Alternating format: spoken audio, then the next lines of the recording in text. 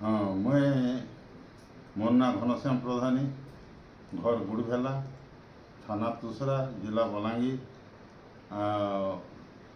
ଗୋଟେ ଔଷଧ ଖାଇତେଲ୍ ଗଲି ଯେ ସେ ଔଷଧଟା ମୋର୍ ପାଇଁ ବହୁତ କାମ ଦେଲା।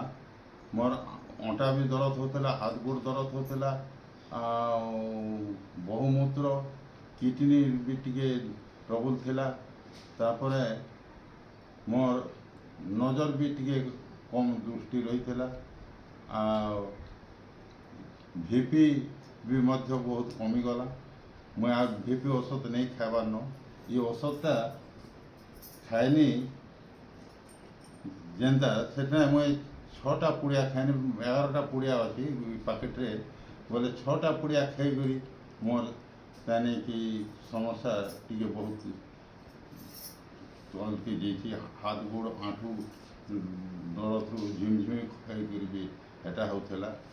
ତ ଇହାଦେ ଇ ଔଷଧ ଖାଇକରି ହେଟା ହେନି ପ୍ୟାକେଟ୍ ଗୁଟେ କୋର୍ସ ଗୁଟେ ଯୋଡ଼େ ଯଦି ପ୍ୟାକେଟ୍ ଖାଏନି ବେଲେ ମୋର୍ ବେମାରଟା ସମ୍ପୂର୍ଣ୍ଣ ଶେଷ ହେବା ବୋଲିକିରି ଚାହୁଁଛେଁ, ଆଉ ନେଉଛେଁ।